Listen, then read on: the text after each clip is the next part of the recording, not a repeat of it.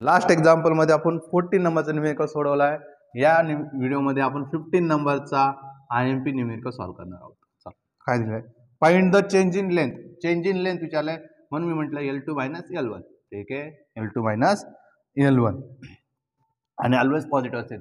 जर पॉझिटिव्ह येत नसेल L1 - L2 असेल मग, कारण की लेंथ कसं आहे always positive. Of A second pendulum. Second pendulum म्हटल्यावर काय होणार, टाइम किती दिले तुम्हाला 2 सेकंड दिलेले आहे. If the acceleration due to gravity at the place changes from, म्हणजे काय दिलं ग्रॅव्हिटेशन एक्सलरेशन म्हणजे काय G1 किती दिलं तुम्हाला 9.75 मीटर पर सेकंड स्क्वेअर.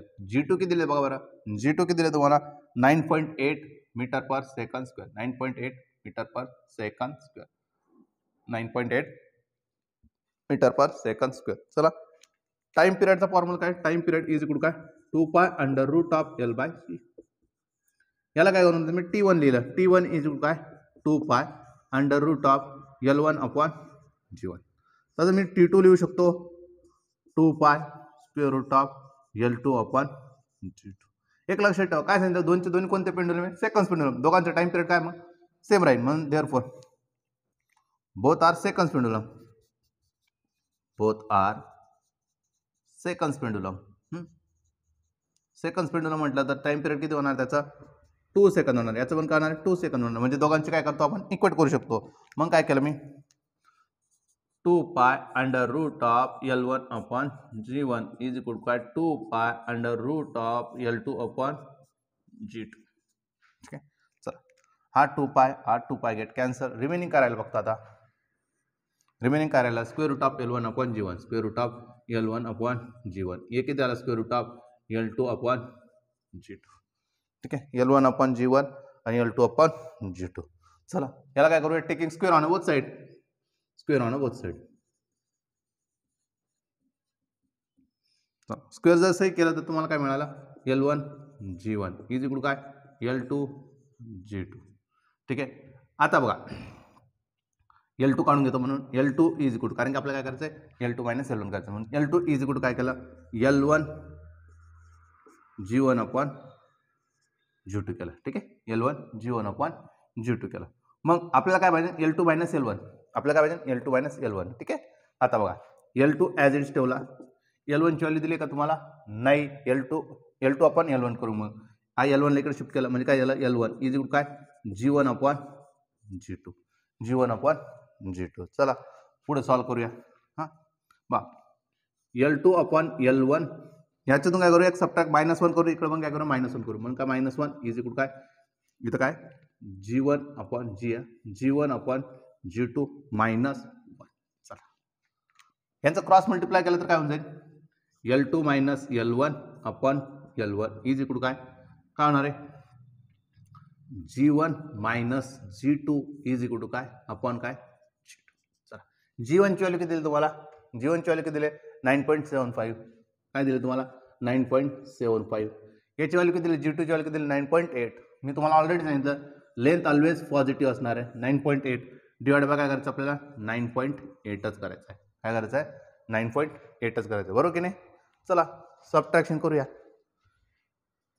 म्हणजे किती होणार आहे बा 0. किती येणार 9.80 9.75 किती येणार आहे 5 किती येणार आहे 0 म्हणजे 0.005 0.005 डिवाइड बाय काय 9.8. हे काय राहिलं तुमचा L2 - L1/L1. या L1 ला मी या साईडला शिफ्ट करून घेतो. ठीक आहे, L1 ला काय केलं मी या साईडला शिफ्ट केलं.